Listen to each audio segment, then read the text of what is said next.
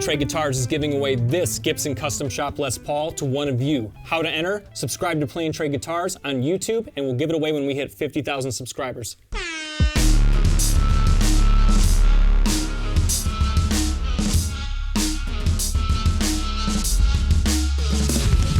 Hey, welcome back to Play and Trade Guitars. I'm John, and that's Zach behind the camera, and this is Play and Trade Guitars, where we play it and trade it. We're checking out the brand new, just announced, Joe Bonamassa 1962 ES335 from Epiphone. On Play and Trade Guitars, we love to bring you guitar demos and reviews from top brands like Epiphone and Gibson, and today is no exception. I'm super excited. Joe Bonamassa, one of the all-time greats when it comes to playing guitar, and this was a 1962 ES335 by Gibson that Joe made famous playing on his early albums, and now has been adopted to a custom model in a limited 2,000 quantity run through Epiphone. So grab it while you can. We're gonna unbox it, we're gonna put it on the bench and talk specs, and of course, we're gonna plug it in and play it. But at the top, make sure you're subscribed. We're giving away a Gibson Custom Shop Les Paul when we hit 50,000 subscribers. Gleam link is in the description. And also, if you're in the market for a brand new guitar like this one, make sure you check out the Zounds link. We partnered with Zounds to bring you a look at the freshest, the most exclusive, brand new guitars from all the best brands, and Zounds is the place to buy it. Without further ado, I'm gonna open this box, we're gonna pull this guitar out, and we're gonna check out the Joe Bonamassa 1962 ES335 from Epiphone. Let's do it. Hard shell case is included with some custom artwork, which we'll take a close look at, of course. As always. There we go. So first thing we can check out is the artwork on this case. Always great to see a hard shell case included with an Epiphone guitar. You can see the Bonamassa, Nerdville, California, embossed here. The JB Pick Epiphone logo. Fragile even at the top. I like it. I like it a lot. But let's flip the latches and take a look at what's inside.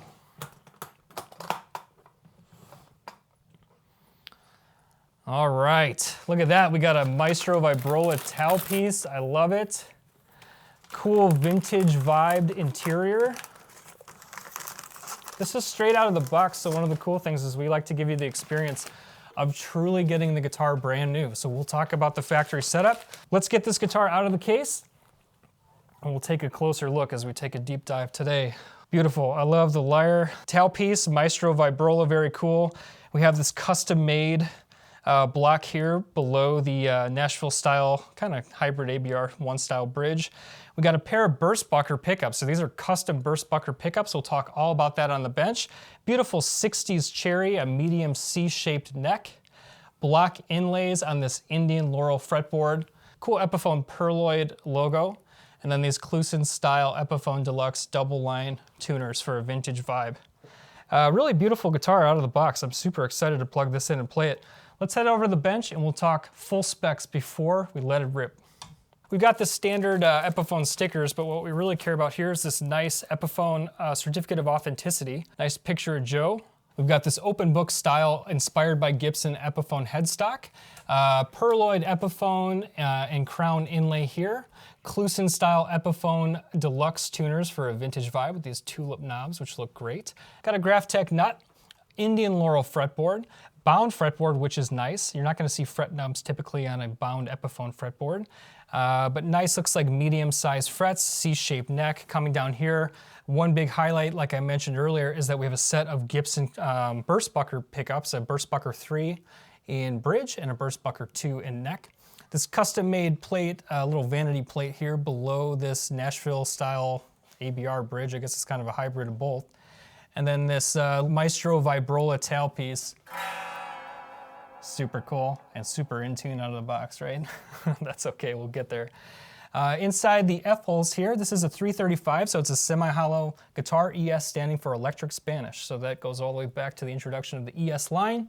You can see inspired by Gibson, Joe Bonamassa 1962 ES335 down in there, and that orange label throwback to the 1960s 335 with the orange label that you'd find in the Gibsons. So since we're a semi-hollow guitar, we've got a block of wood through here, and then we have a bound laminated maple body. And Zach, like we were saying, the color on this is just beautiful. It's a bright 60s cherry, which you get to see a lot of wood grain pop, and I think that just looks fantastic. And then flipping it over, can get a real good look at the wood grain on that bright cherry. You have kind of a sculpted contoured heel, which looks real comfortable to play. And then coming up to the back of the headstock, you can just get a closer look at those double line Epiphone Deluxe Clusen style tuners. And this guitar is handcrafted in China by the Epiphone team. Interesting to note, it had a production date of May of 2022. So it just gives you an idea of how long these top secret releases sit before they're announced to the world.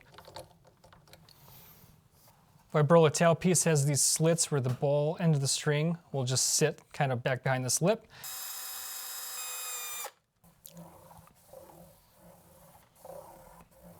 All right, we'll just baptize the board, let that set in. While we take a look at the pickups, go ahead and flip these over.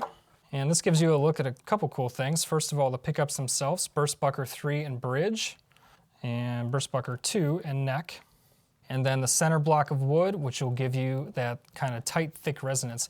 For that reason, it's almost like a slab guitar with these hollow body wings. And sometimes I feel like you can get similar tones from a 335 out of a Telecaster, interesting enough. And then you can see laminated layers of maple, which are compressed together and bent. You can watch our factory tour at Gibson to see the way that they do this process.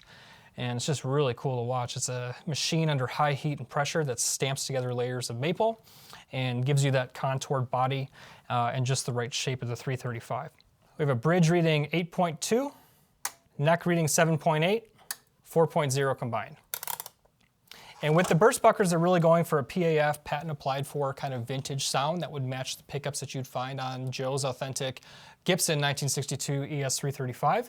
And putting the upgraded Gibson pickups in the Epiphone, I think, is a nice touch, especially because the price point of this guitar is coming in at $1,299, so $1,299 for this guitar. And so it's not the cheapest Epiphone, so it's nice to see that they have some higher end appointments in there for the price. And like I said, check out our Zounds link if you're looking to buy this guitar. Now, if you've ever had to fish the electronics out or in to a semi-hollow guitar, you know it's not the easiest thing. So part of the function of the F-holes and then the cutaways in the semi-hollow block is to fish together all the wirings. And I won't be able to show you the back, but I can tell you that they have upgraded CTS pots, just like you'd find in a real Gibson, and Mallory caps, capacitors, which are a nice touch, and really trying to go for that vintage full vibe of that 62 335 that Joe has. Nice upgraded electronics, pickups, add to those high-end appointments. The neck is described as a medium C, feels good in the hands. Let's get some actual measurements. Nut 1.68, first fret 0.82, 12th fret 0.94. It's kind of a medium, slimmer medium, 60s profile neck on this. You can also get a look at the conditioned Indian Laurel fretboard and these black inlays, which I think look really sharp on here. Didn't he like recorded his first record with this and then sold it and then found it again 17 years later? Is that right? Yeah. That's awesome. We're just shy of 9 pounds. So not actually the lightest guitar.